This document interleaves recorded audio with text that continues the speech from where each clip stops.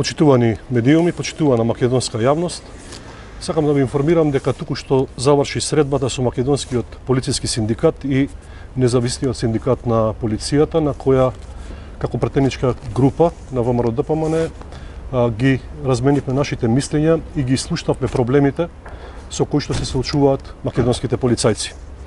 Истовремено ја искористивме и можноста да ги информираме луѓето од синдикатот дека вчера во Собранието на Република Македонија на предлог на претеничката група на ВМРО-ДПМН и коалицијата, а по барање на македонските полициски синдикати се усвои исклучително битен амандман.